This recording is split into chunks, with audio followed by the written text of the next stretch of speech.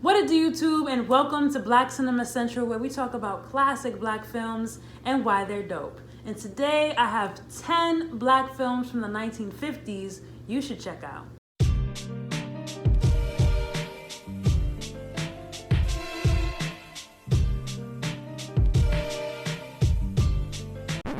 First, let's talk about black film during the 1950s. We're getting larger productions featuring all black casts.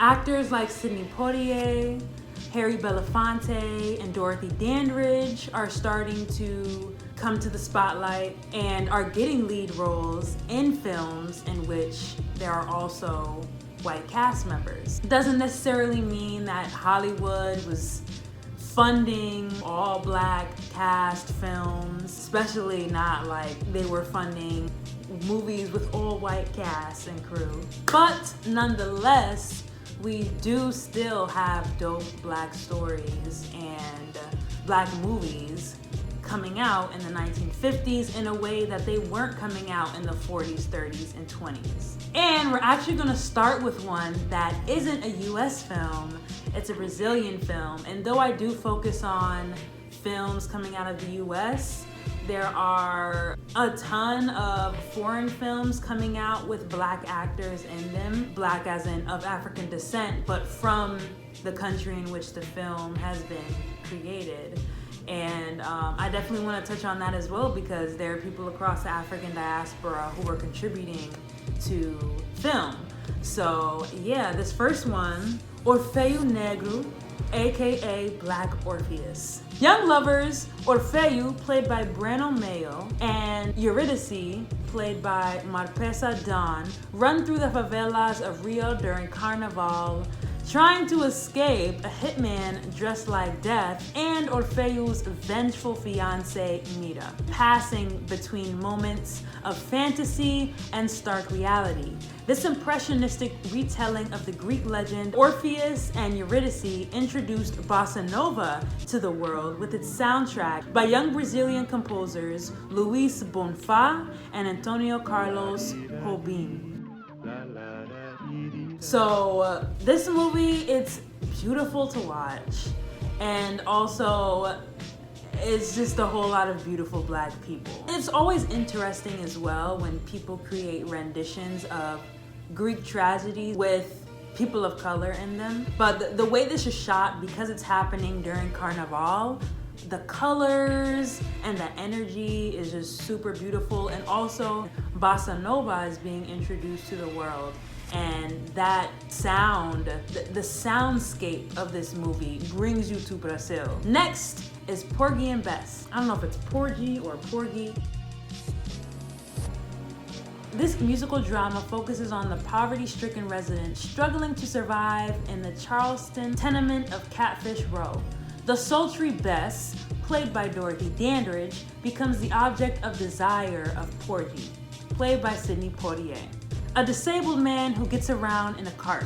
But Bess is also involved with thuggish Crown, played by Brock Peters, and drug dealer Sport and Life, played by Sammy Davis Jr. Sport and Life? Who the hell names themselves Sport and Life? Crown kills a man and goes into hiding, and Bess seeks shelter with Porgy. But when Crown returns, Porgy must take a stand. So here we have yet another black musical. This is the first movie I mentioned with Sammy Davis Jr., but Sammy Davis Jr. is another black artist that was making appearances in musicals and movies, who was an entertainer at the time as well. And then next we have Carmen Jones. The tale of the cigarette maker Carmen and the Spanish cavalry soldier Don Jose is translated into a modern day story of a parachute factory worker and a stalwart GI named Joe, who is about to go to flying school. Conflict arises when a prize ring champ captures the heart of Carmen after she has seduced Joe and caused him to go AWOL. Carmen Jones, we have a romance with not only two beautiful black people, but also a very strong female protagonist. She's flamboyant, she's a flirt, she's doing what the fuck she wanna do. To see a black woman take on that energy She's not just a housewife.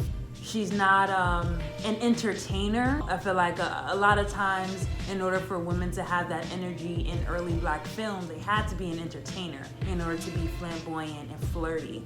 But this is a working class woman, you know, and she's still doing what she wants to do. And next, Rio 40 Graus, aka Rio 100 Degrees.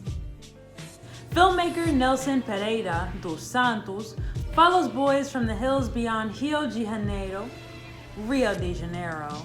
Y'all tell me how my Portuguese is, sorry. Filmmaker Nelson Pereira dos Santos follows boys from the hills beyond Rio de Janeiro who sell peanuts in the city. Now this movie is a semi-documentary, so you have some people who are acting as themselves, and then some people are professional actors playing a role. Off the top of my head, I can't think of like another semi-documentary, but I think just that format is super interesting. This movie is also the beginning of a movement called Cinema Novo, or New Cinema. And it's genre and movement of film noted for its emphasis on social equality and intellectualism. It rose to prominence in Brazil during the 1960s and 70s in response to class and racial unrest in both the US and Brazil. If you aren't very familiar with Brazil, racism and racial inequality is something that Black Brazilians have dealt with since that nation's inception, just like the US has dealt with racial inequality since the inception of this nation. So there are very interesting parallels in between the experiences of Black Brazilians and Black people in the US. I love watching things that just tell me more about what people of the African diaspora are dealing with in other countries. Also, if anyone knows of any really good Black Brazilian films, please let me know. I'm doing my own research, but like if you got some shit up your sleeve that you know I'm probably not thinking of at the top of my head, let me know in the comments below because I want to know. Brazilian cinema is something that I definitely want to explore. Next is Rock and Roll Revue, aka Rhythm and Blues Revue. In the 1950s, at the famed Apollo Theater in Harlem, New York, comic Willie Bryant MCs a variety show comprising some of the biggest names in African American music, comedy, and dance. On hand to document the historic event is filmmaker Joseph Kahn, who points a steady lens on the lively performances of jazz legends Duke Ellington, Lionel Hampton, and Sarah Vaughan, stand-up comic Nipsey Russell, and the dynamic tap dance team of Charlie Honey Coles and Choli Atkins. When thinking of the 20s and the 30s, we have musical shorts, the onset of music videos coming to life in the 30s and 40s, and then here in the 50s we get to a variety show. So it's not just one artist, you know, putting on a show. It's a collection of artists in Harlem, again at the Apollo Theater, putting on a show for their community. And next is the Joe Louis story. As a teenager, Joe Louis, played by Coley Wallace, gives up on the violin to try his hand at boxing. A few years later, he's the 1934 Golden Gloves champion. He goes pro, trains with Chappie Blackburn, played by James Edwards, and enjoys an unprecedented string of victories. But Louis faces more than just tough opponents in the ring. Prejudice follows him throughout his career, and his bouts with Germany's Max Schmeling are fraught with racial tension on an international level. So in the 50s, we start to get movies about Black athletes, docudrama, retelling the life of someone else and the things that they went through as far as racism goes. If you are someone who is excelling at something, then of course, when Black excellence comes around in a racist society, racism is gonna ball up its newspaper and beat you upside the head. And in being a successful Black man, it was inevitable that you were going to deal with that head on. And of course, as we move forward in time, we start to see more of those.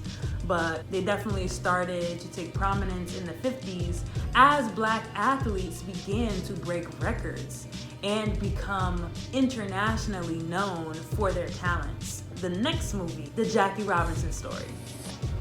After a successful baseball career in college and as a coach in the military, Jackie Robinson, who plays himself, attracts the attention of Major League Baseball's Branch Rickey, played by Minor Watson. Rickey wants Robinson to play in the minor leagues, believing he can become the first player to break the color barrier and play in the majors. The only catch, he is forbidden from defending himself against racial bigotry. Supported by his wife, played by Ruby Dee, Robinson is steadfast in his determination to win. It's beautiful that Jackie Robinson got to play himself in this story, but of course, like the whole situation where, oh, you can only get to the majors if you just don't defend yourself against the racists. It's like, dynamics like this in which Black people have to just take bigotry and racism is what fueled the types of films that ended up coming out in the late 60s and throughout the 70s, where you no longer have Black characters that are just taking shit. They start standing up for themselves in ways that they weren't really allowed to in the 50s and in the 60s as well. The next movie is Bright Road. First-time teacher Jane Richards, played by Dorothy Dandridge, is troubled to learn that one of her students, C.T. Young, played by Philip Hepburn, has a history of taking 2 years to complete each grade. Although everyone else has given up on him, Jane resolves to get him through the 4th grade on a normal schedule. Gradually, she makes some headway, only to watch C.T. backslide when a friend and fellow student, played by Barbara Ann Sanders, suddenly dies. Jane, nevertheless, refuses to give up. And then here, of course, we have another musical, Dorothy Dandridge. And I think stories that have this dynamic of teachers stepping in to help nurture a student is always like, that shit always gets me, y'all. It always pulls at my heartstrings. I don't know about y'all. Next, Native Son. Author Richard Wright portrays his novel's Bigger Thomas, a young chauffeur trapped in an accidental murder. A more recent rendition of Native Son came out in 2019. I read the book. I have not seen neither this original movie nor the more recent movie that came out. But this is a novel. So if you are a reader, if you like reading, definitely check out that novel, Native Son by Richard Wright. And this movie, you watch it, I'ma watch it. I'ma check it out too. Last but not least, we have Take a Giant Step. After African-American teenager Spence Scott, played by Johnny Nash, gets expelled from his private school for arguing with a teacher, Spence, who lives in a white area and has mostly white friends, feels like an outsider. He visits a bar in a Black neighborhood where he meets a few prostitutes, which doesn't help. Eventually, Spence starts a friendship with the housekeeper, Christine, played by Ruby Dee, who tells him her own difficult story. Now, I haven't seen this movie before, but one dynamic that I always find intriguing is that line of belonging. Stories of belonging always resonate with people because it's something that everyone deals with, especially when it comes to your cultural, racial, socioeconomic identity. There are layers to it, and those layers add to a complexity that isn't always seen in Black characters. Those are 10 Black films from the 1950s you should check out. I strongly encourage you to check out those 2 Brazilian films, Black Orpheus and Rio 100 Degrees. If you haven't really delved into foreign film before, doing so is a great way to explore what other parts of the African diaspora have done as far as filmmaking is involved. So yeah, definitely check those out.